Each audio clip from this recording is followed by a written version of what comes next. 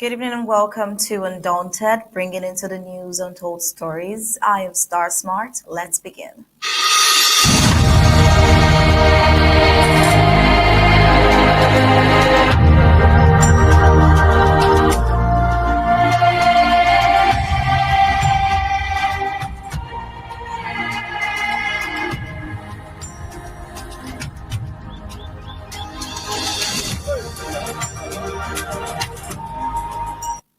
The political climate across French Cameroon has entered a new and uncertain phase, marked by deepening unrest, competing claims to authority, and a population increasingly caught between fear and frustration. Power struggles, public outrage, and violent incidents have created a tense atmosphere that is shifting by the hour. In the midst of this turbulence, Ambazonia has delivered a clear and pointed reminder of its own position, a position rooted not in the political drama unfolding in Yaoundé, but in a long-standing struggle for sovereignty and international recognition. As French Cameroon scrambles to redefine its future, who truly speaks for the people caught in the widening cracks of governance and legitimacy? Tonight, we explore the evolving dynamics on both sides of the colonial boundary, the confusion gripping French Cameroon's political arena, and Ambazonia's unwavering insistence that its cause is distinct, non-negotiable, and not to be conflated with any internal power contest across the Mungo. And as events intensify, each with profound implications for the sub-region, one question lingers for every observer at home and abroad. In a moment when nations are forced to choose their path, where will history place those who refuse to stand for anything at all? Well, let's get the prime headlines usher us into this and more.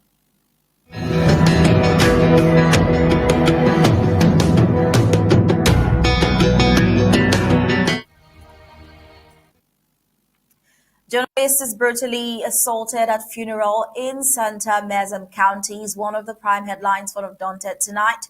And onto the rest, power outages trigger protests in Tiko and Likomba.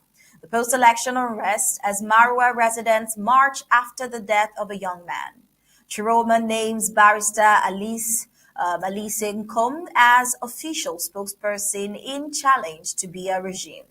We see Barrister Alice Nkom back in Tchiroma as Ambazonia responds with firm rejection of authority. The news across Africa, we see Gabon's court convicted the former First Lady and her son as massive corruption empire unravels. And across the rest of the globe, United Nations endorses the U.S. drafted Gaza stabilization plan. Let's get into the full briefings of Undaunted tonight.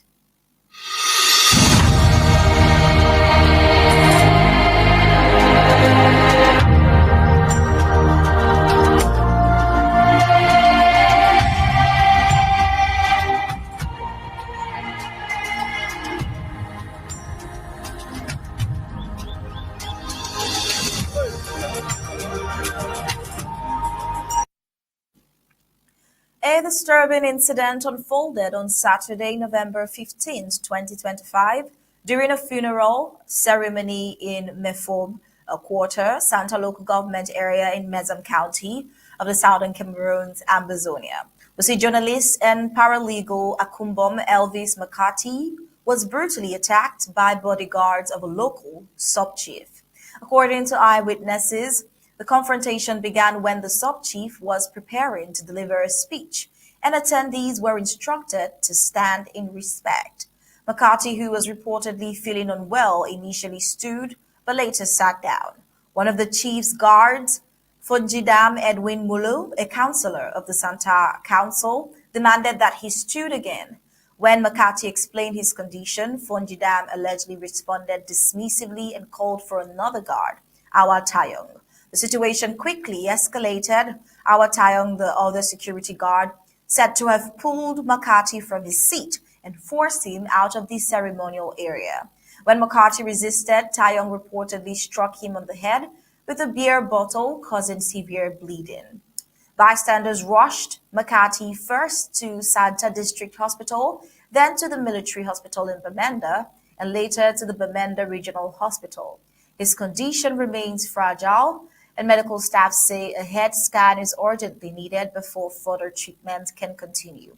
Meanwhile, the sub-chief and the bodyguards implicated in the assault have fled, leaving McCarthy in critical condition. The incident has raised serious concerns about public safety and the growing impunity of individuals entrusted with positions of authority. Well, we have with us in the studio Barrister Mbeseha. Good evening, Barrister and Commander Zama. It's a pleasure to have you once again with us on Undaunted. Yeah, good evening to you and good evening for having us. It was a pleasure. So we've seen this report now. We're going to start with you, Commander Zama, looking at it critically.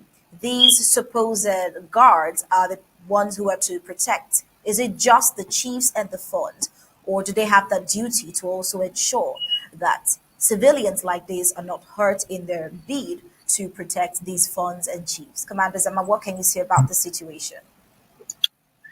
I think that's a new development and regarding the barbarity of the situation back home. Before, chiefs never really had anybody guarding them but the servants in the palace. It's a new phenomenon where chiefs now have bodyguards, and these bodyguards are violent towards their own citizens. I think these people should be searched, caught, and brought to book. It's not if the chief is there to give a speech and somebody doesn't feel like standing up. Why must people stand up for the chief? He should be the one standing up to serve the people, not the other way around. And we should understand that it's a warped mentality that we have by our chiefs right now, because they've been giving on a lot of power by Yaoundé to gather our people and kill them whenever they want with impunity. I think it's something we have to look back into and get this chief to book or bring that person. Anyway, he is ultimately responsible for the behavior of the guards. He's ultimately responsible, and he should be held accountable for the mayhem that he caused and the injury that he caused to this gentleman. Zama, Barrister Mbeseha, looking at what Commander Zama just said now, talking about the fact that this was not even in place before, I bet you would agree to that. And what does this tell us? If now the chiefs and funds seem to be having personal guard, what message does this really send? Well, I don't know what message it sends, because the background of the story is that they are at a funeral. The funeral is supposed to be a private occasion.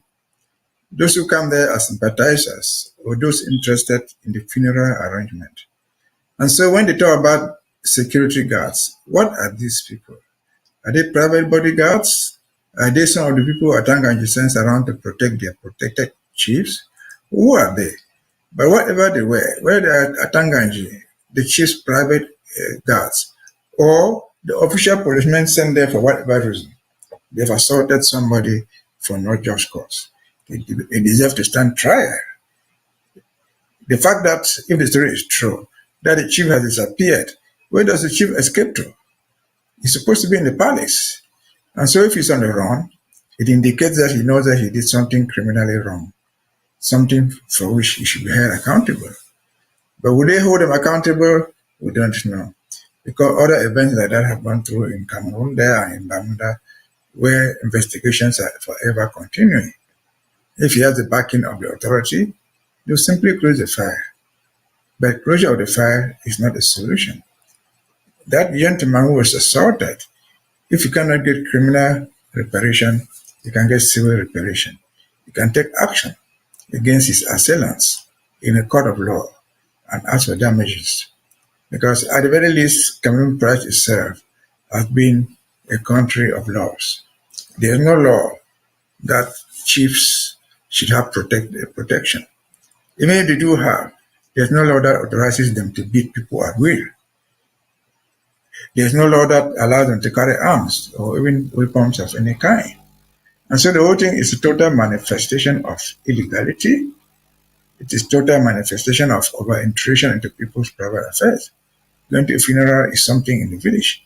People should go there comfortably. But if you fight comes out as in this present case. The people who did those acts should be punished, should be taken to court. If the government will not take them for prosecution, the individuals should sue them for reparation. Over to you.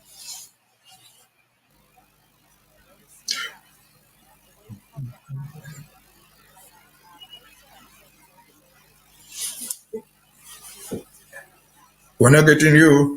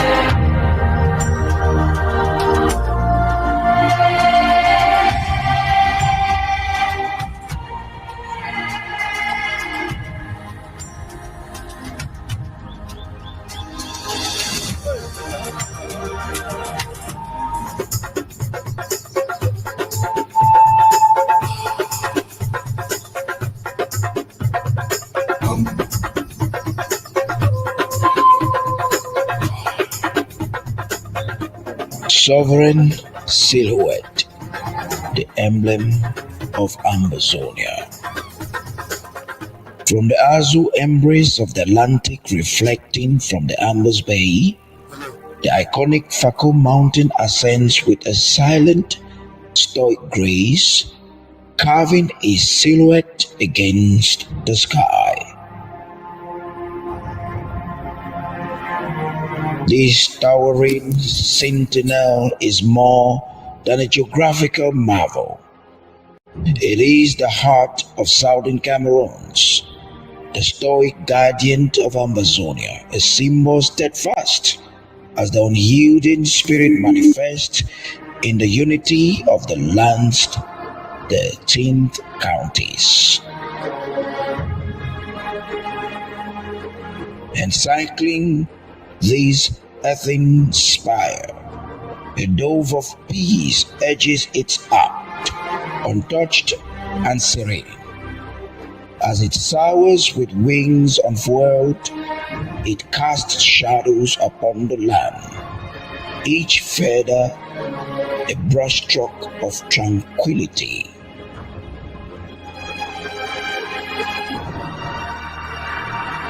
Against the canvas of the heavens. Oh well, we apologize for that break-in transmission, but we're back and good. We see in French Cameroon the post-election tensions that has deepened as two separate communities, one in French Cameroon and one in Southern Cameroon, stage protests over worsening living conditions and unresolved grievances. In Tiko and Likomba, residents poured into the streets early this morning to demand the immediate restoration of electricity after prolonged outages that have crippled daily life. The communities have reportedly been without power for an extended period, leaving households in darkness and small businesses unable to operate. Several shopkeepers told reporters that they have been effectively stranded, with some unable to leave their homes for days at a time because security concerns intensified during blackout. Others describe the economic strain, saying they cannot refrigerate goods, run machineries, or keep their shops open without electricity. Last week, a group of residents marched to the regional office of ENEO, the national electricity supplier, to demand urgent intervention, but no concrete action was taken. Frustration has now spilled back into the streets, with protesters calling on the government to listen to their plea and avert a deeper crisis. We also see that while the southern Cameroun's Ambazonia grappled with the fallout of such a public utility failure, tensions flared further in French Cameroun in Maroua, where large crowds marched towards the regional hospital to recover the body of a young man who was reportedly shot dead by a local commissioner 2 days ago. Video circulating from the scene shows hundreds of residents moving in a unified procession, chanting and demanding justice for the deceased. Community leaders say the killings has sparked outrage in a population already strained by economic hardship and deepening insecurity. The march, they insist, is not only about retrieving the corpse, but also about sending a message against what they describe as growing impunity within local law enforcement. Nationwide, the political atmosphere remains fragile, with the government facing simultaneous challenges from governance failures and public mistrust to anger over perceived abuses of authority. The unrest in the southern Cameroun, Tiko, Likomba, and in French Cameroun, Maroua, suggests that post-election tensions could widen even if authorities do not respond swiftly and transparently to community demands. Well, Barrister Mbeseha, seeing that this unrest is rippling and crossing over even to southern Cameroons as southern Cameroon's infrastructure remains dilapidated. Where do Ambazonians stand now, and what hope can they have with the ongoing turmoil and the possible future? Well, I think Ambazonians, they stand somewhere. They are in a crumbling situation. But the two incidences are not the same. The demonstration in Tiko is purely contractual. Tiko and Likomba are the same place. If somebody contracts to give you lights and you pay, and then he or she or that company fails to give you the light, you can take action against them. But in Cameroon, they are so used to this thing called demonstration. They are demonstrating against who? Against the new? Or they are demonstrating for who to take action. They are contracts. They consume some products. If the new is not supplying them, it's in breach of that contract. And if their produce go bad because there's no electricity, they can take action. Again, what are they demonstrating for? They are in the street talking to who? Do they need a demonstration to make Sonai or whether new do their job? If they are unable to supply electricity, they should go out of business. And so we must learn. I think Ambazonians in particular must learn this nonsense. Because somebody contracts to give you drinking water he doesn't give, you go and demonstrate. Another one contracts to give you light, he or she or that company refuses to give, you go and demonstrate. Now, you should learn to sue those people and get reparation for what they have done. And I'm told, despite the absence of electricity there, at the end of the period, they still bring them bills. Why pay a bill for what you have not consumed? That's theft. Again, what do they have to do with that? What action can they take? It doesn't matter who resides there. If the people who are resident in Tiko and Likomba happen to be citizens of the Republic of Cameroon, if they happen to be Nigerians, if they happen to be Americans, they are entitled to those to lights because they pay for it. And so the company is in defiance, they are in default of their responsibility. The people must learn to take the proper action to force them to do what they are obliged to do by law. That is the case of Tiko. You go further north and see a different type of demonstration, if it is a demonstration. The story which you have told from the narrative is that somebody was shot dead, not by a local commissioner, I should say. There's nothing in Cameroon like a local commissioner. It's a commissioner of police. If you're a commissioner, you're a commissioner.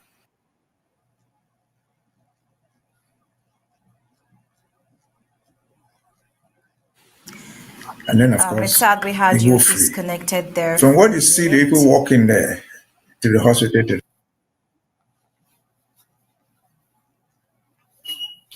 Yeah. to act an eye for an eye. Let whatever action you take correspond to the equal of what you are protesting against. They killed that guy. Who killed him is the police. The commissioner of police wears a uniform to protect the people. If instead of protecting the people, you are killing the people with the guns given to you by the state, by the citizens, then something is wrong there. Who shot them? Who shot and killed? She, in the first place, be business now. She'll be thrown out. Because if this is the correct police force, they are not trained to kill civilians. What are they killing that guy for? Even if the man was walking down the streets protesting against election fraud or anything else, you have the right to kill him. If the police service is the rightful one, the police is not supposed to shoot and kill. They're supposed to arrest people. They are a civilian corps. Take them to rightful authorities, let them face the justice. They are not allowed to take the law into their hands by shooting and killing anybody in the name of the police force. Now, in Ambazonia, the lesson from what was in Southern Cameroon. The Southern Cameroon police officer, his primary duty was to separate a dispute. He was not even given arms. Most of their arms initially were just batons, not live ammunition. And so, when you give live ammunition to criminals who don't respect the law, in fact, to them there's no law that binds them, then you are complicit in whatever thing is going to happen. And so that is not a police force, that's a criminal. Because I'm not sure that there's any law that they should shoot and kill people. Well, they're going to retrieve the cops. It means the man has been dead for some time. What has been the reaction of the police authorities right there in that town? What has been the reaction of the mayors, the DOs, the governors, whatever administration they have there? They are mute. And probably the only thing you will see, investigations are ongoing. Well, again, as far as Ambazonia is concerned, because that's our story, it should never cross the border to our own side.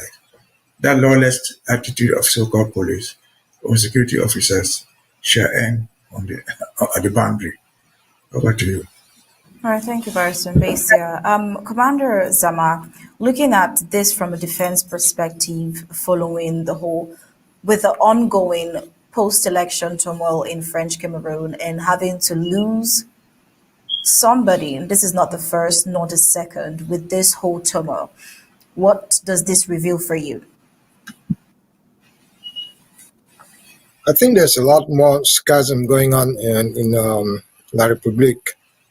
The young people are being held in restraint following the order passed by Mr. Tchiroma, president-elect of that country, to tell them to restrain, but the soldiers are not being restrained. They are going around and killing people, especially given that most of the commissioners and security people mostly come from the Yaoundé, Bulu, Beti areas. So these people are just out there to hunt down people and kill them at will. They know there's not going to be any recourse for them to address that.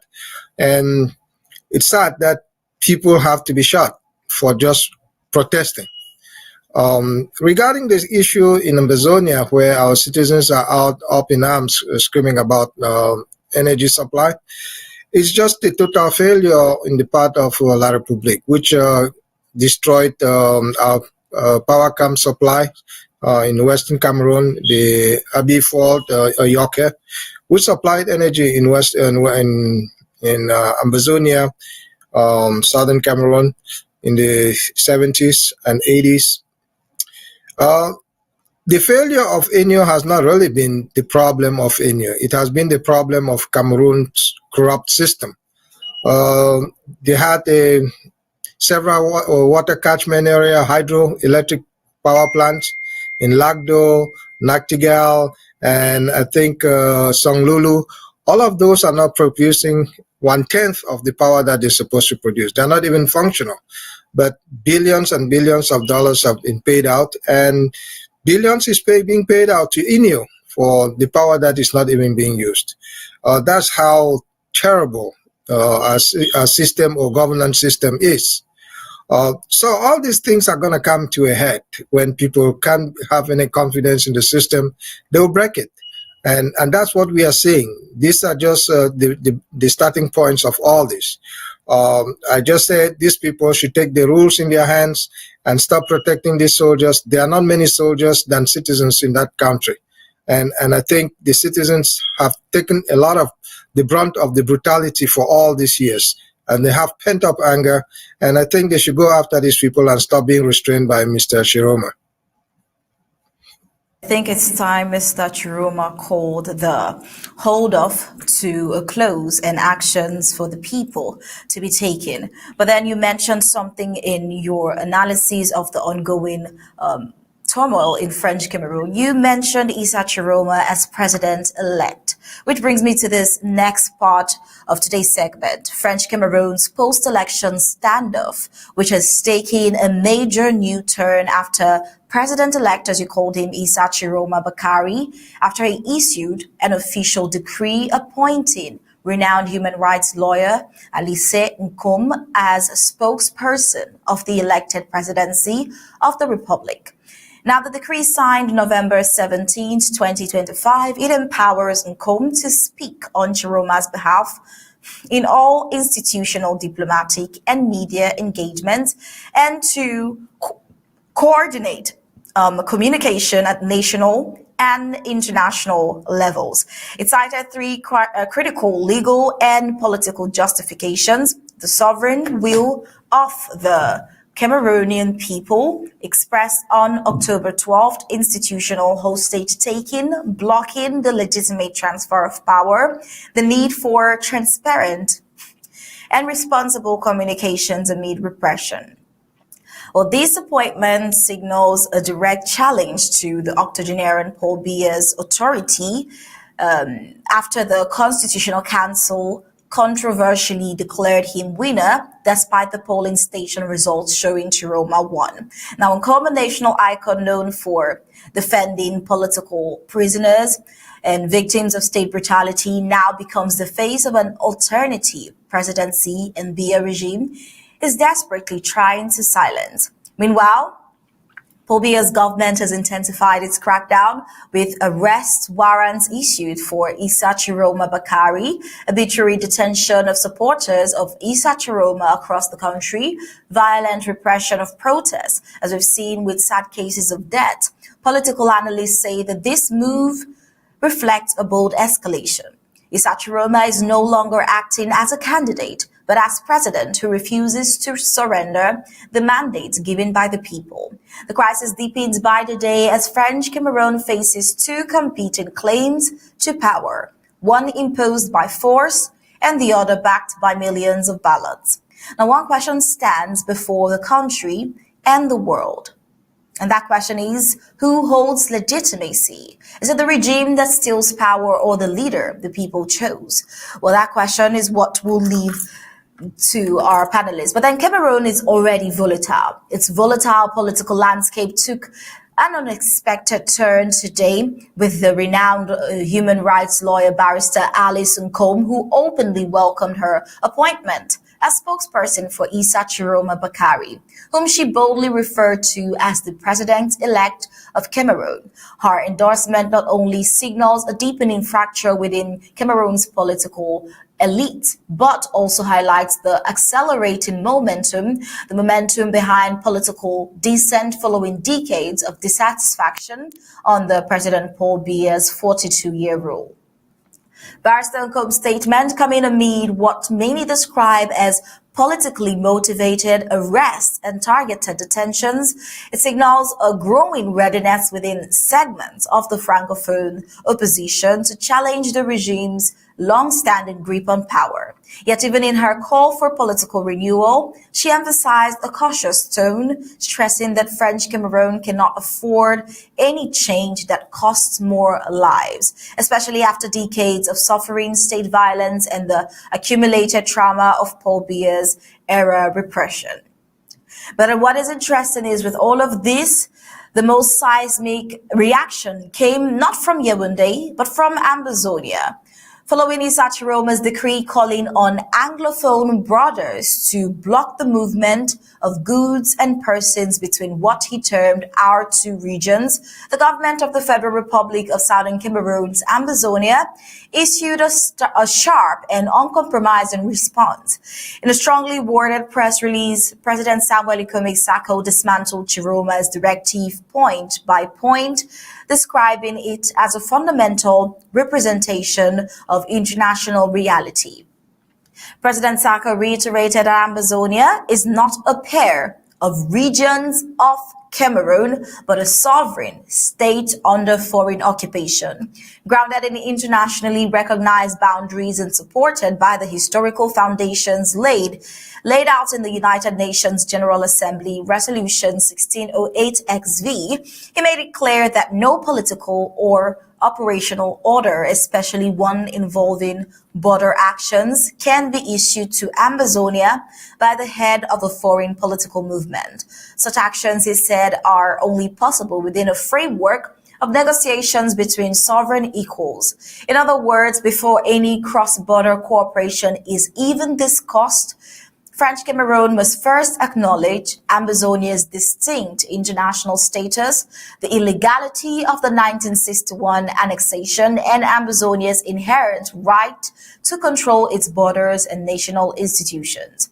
Now, until that recognition occurs, President Sako reaffirmed that Ambazonia will continue enforcing its own long-standing policies, the 8-year Monday Ghost Town, the shutdown of borders with La République du Cameroon, and the firm prohibition of economic flows across the border. He stressed that the Southern Cameroons will not allow itself to be used as leverage in what he described as Cameroon's internal political struggle for change.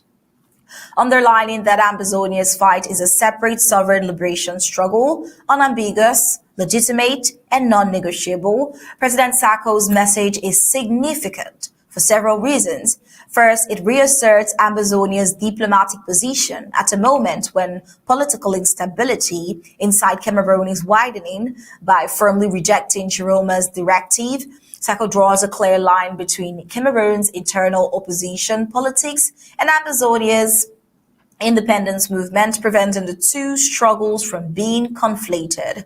And second, the statement functions as a constitutional reminder to the international community. Ambazonia's claim is rooted not in spontaneous rebellion, but in historical, legal, and institutional foundations. In contrast, Tchiroma's decree assumes authority over Ambazonia without acknowledging its internationally disputed status. Finally, the tone of President Sako's response reflects a strategic posture. While firm, it leaves the door open for future cooperation, but only after equal state recognition. Now, this elevates the Ambazonian cause as a state-level actor, not a faction of disgruntled citizens.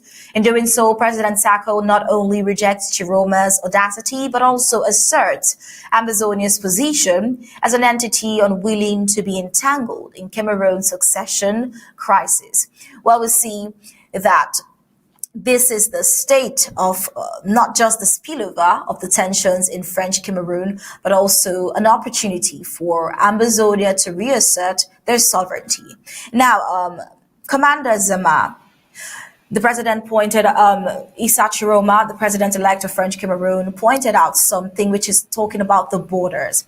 That was a decree given a couple of weeks back. Do you want to tell us more about that and your thoughts on the ongoing state of these tensions? Well, we've been in contact with commanders on the home front, and the orders that come from Mr. Tchiroma does not affect us. They know they are overstepping their boundaries by implementing laws in Ambazonia and asking us to enforce them on their behalf. We have a lockdown on Mondays, which we've carried out for the last 8 years, and which will continue until we reach Biya at the end of this struggle. They are asking us to carry out orders from their high command to lock our borders on Monday through Thursday. We do that on occasions, but we don't do that based on them telling us what we do. We know what is best to our own interest, And we are not going to facilitate them having a comfortable thing. They will have to fight for their own independence. They will have to fight for their own liberation, like we have been doing. Remember, they are looking at us. They looked at us when we started this fight, or when we started this confrontation in 2017, like we were an unwanted child. We were an unwanted stone. Now they are looking at Ambazonia as the cornerstone of that their empire they want to continue building. We are not going to be part of that. Part of that institution. We are not going to be part of that system, because it's been a very terrible system. It's never favored us. It's never been kind to us. It's never been fair. So we've declared reclaim our independence, and we are fighting for it. And we are not going to be able to be carrying out orders from an elected official from some other part of the country.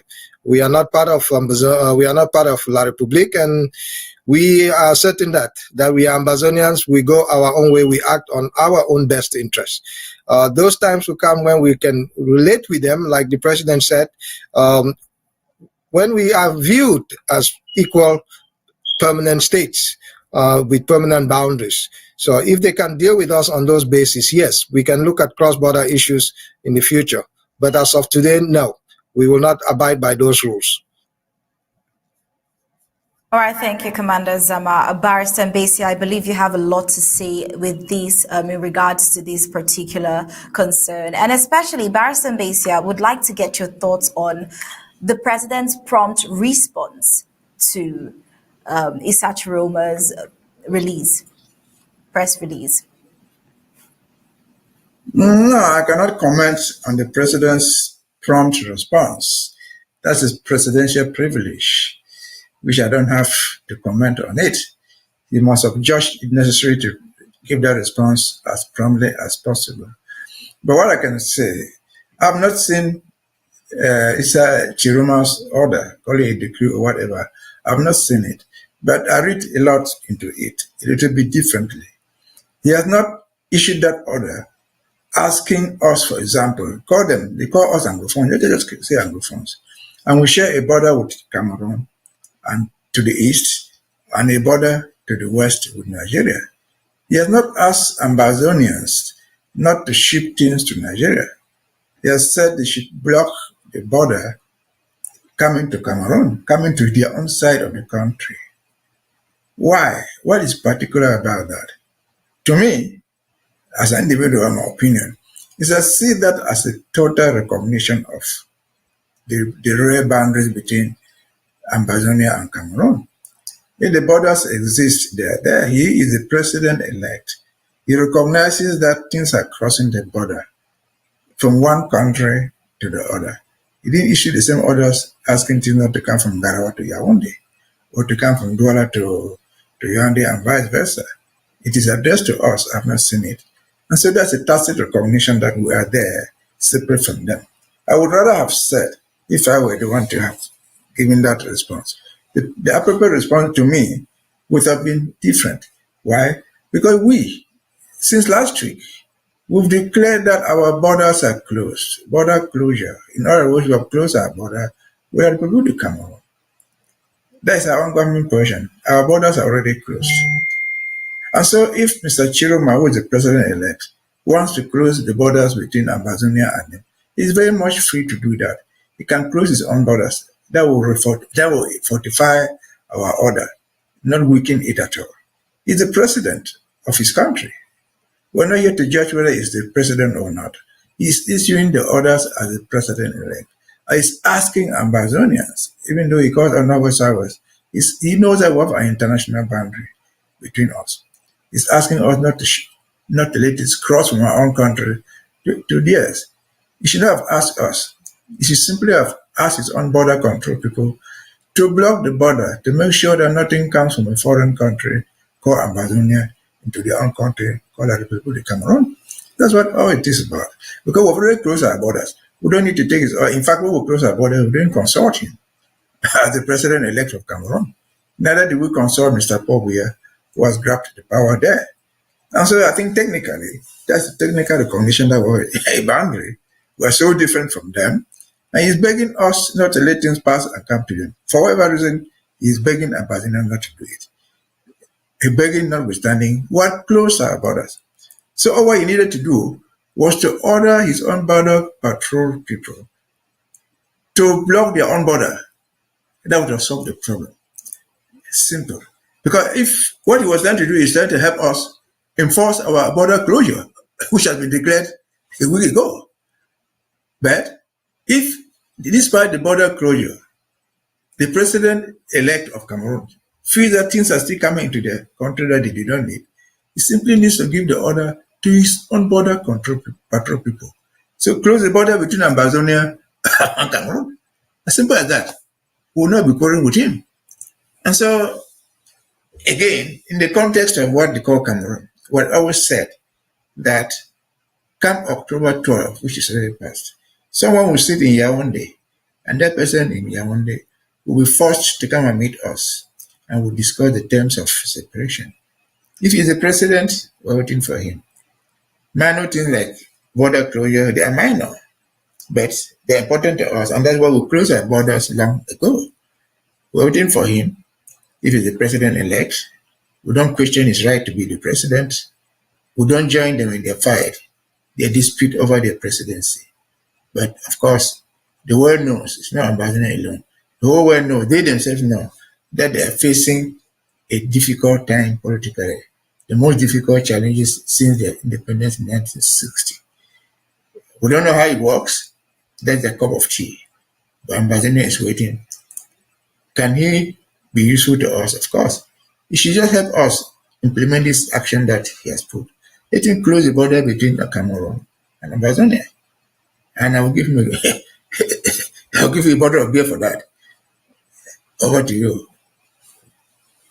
Mbeseha, indeed, you've shed light and insight to another aspect of this that some Ambazonians wouldn't have seen before now. But truly, I couldn't agree anymore when you say that is an indirect recognition of Ambazonia's sovereignty as a different state from French Cameroon. And we could only hope for the best with this election turmoil moving forward, hoping that indeed the actual recognition of Ambazonia would happen in the nearest of days. Well, I want to thank you for joining us, Barrister Mbeseha and Commander Sylvester Zama, for joining us on Undaunted tonight. Thank you.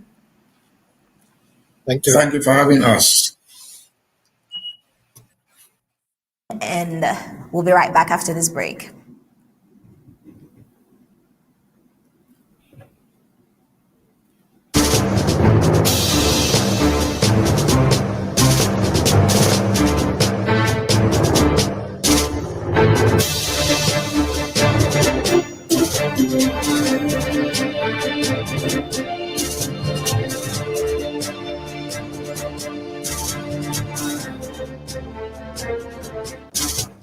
On the African scene, a Gabonese court has handed down heavy prison sentences to former First Lady Sylvia Bongo and her son, Noureddine Bongo Valentin, marking a dramatic turn in the country's ongoing efforts to dismantle the long-standing influence of the Bongo family.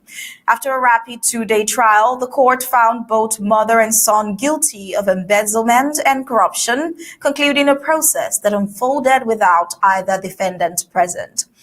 Now, their sentencing represents one of the most consequential legal actions taken since the fall of longtime President Ali Bongo Ondimba.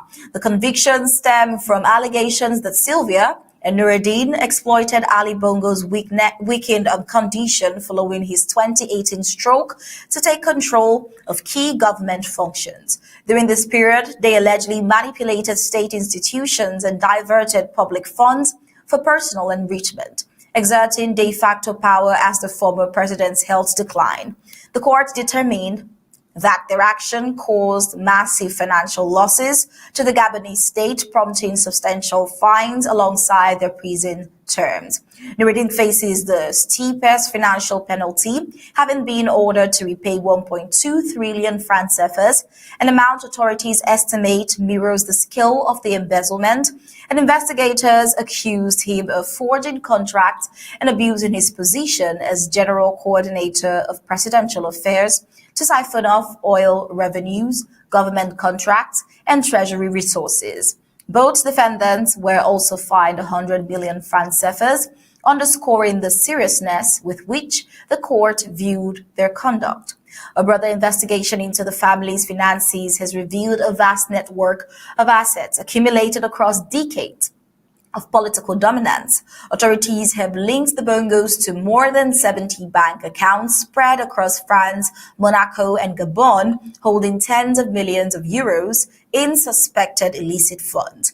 Additional scrutiny has fallen on properties, luxury vehicles, and business interests scattered across several countries, many of which have been seized by the state. These include dozens of high-value homes in France, 2 properties in the United States, and an extensive portfolio of companies tied to oil and mining activity. The fall of the Bongo family accelerated after the August 2023 coup that removed Ali Bongo from power and brought General Brice Oligui Nguema to the helm following the takeover. Sylvia and Nuruddin were detained for nearly 2 years before being released on medical grounds and permitted to travel to London. Their trial proceeded shortly after, while Ali Bongo himself has avoided prosecution and is reported to be living freely after being released from house arrest. Meanwhile, international scrutiny continues. Swiss prosecutors have opened a parallel money laundering investigation involving Sylvia Bongo, adding a global dimension to the unraveling of the family's financial empire as Gabonese authorities move to reclaim assets they say were stolen from the state. The case has come to symbolize the country's attempt to break from decades of corruption and reassert control over national wealth that has long been dominated by one political dynasty. Well, with that, we head on to the news across the globe.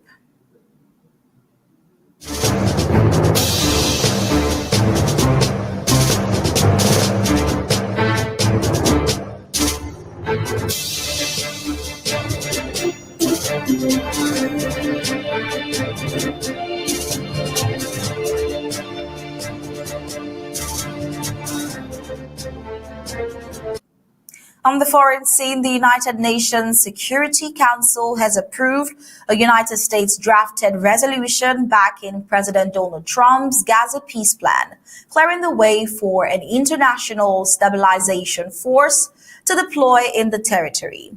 The resolution passed with 13 votes in favor, while Russia and China abstained, allowing the measure to go through without a veto. Under the plan, the force will work alongside Israel, Egypt, and a newly trained Palestinian police to secure border areas and support the demilitarization of Gaza following the fragile October 10th ceasefire between Israel and Hamas. The text also outlines a conditional pathway towards eventual Palestinian statehood tied to governance reforms and long-term reconstruction efforts. Hamas has rejected the plan, describing it as biased, while Israel continues to oppose any move towards Palestinian statehood. In Japan, we see that in Japan, it has issued a safety advisory urging its citizens in China to avoid large gatherings and remain alert as diplomatic tensions with Beijing escalate over comments made by Prime Minister Sanae Takaichi on Taiwan. Takaichi suggested that Japan could be compelled to respond militarily if a conflict breaks out over Taiwan. Remarks that triggered a sharp protest from China and prompted Beijing to warn its own citizens against traveling to Japan. The fallout has spilled into the cultural and economic spheres with the postponement of Japanese film screenings in China and a dip in Japanese tourism-linked stocks. Beijing insists it will continue to protect the safety of all foreigners in the country, even as it maintains strong opposition to Tokyo's stance on Taiwan.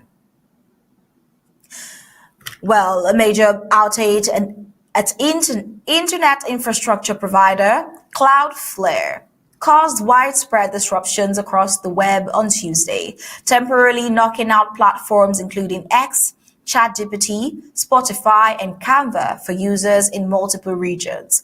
Cloudflare reported a sudden spike in abnormal traffic that triggered internal failures and widespread 500 series errors across services that rely on its network. Down Detector tracked thousands of reports as platforms slowed or went offline. Engineers deployed a fix within hours and services gradually came back online, though Cloudflare warned of residual instability as systems recovered.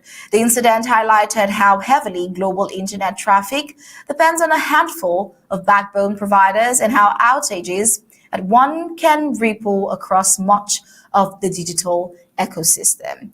And that was it for tonight's Undaunted. But before we go, let's take a look at our major headlines.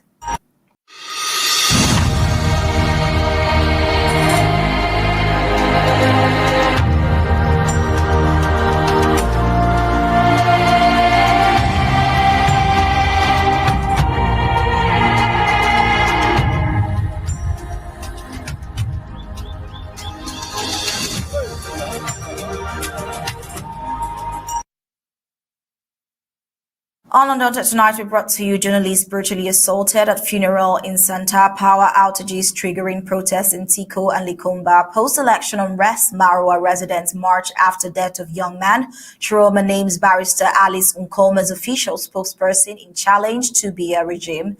Barrister Alice Nkom backs Tchiroma as Ambazonia responds with firm rejection of authority. And on the African scene, Gabon court convicts former First Lady and son as massive corruption empire unravels. And on the global scene, the UN endorses US drafted Gaza stabilization plan. And that was it for tonight's Undaunted, bringing into the news untold stories. On behalf of the entire Undaunted, we say thank you for joining in. We'll leave you with ABC images.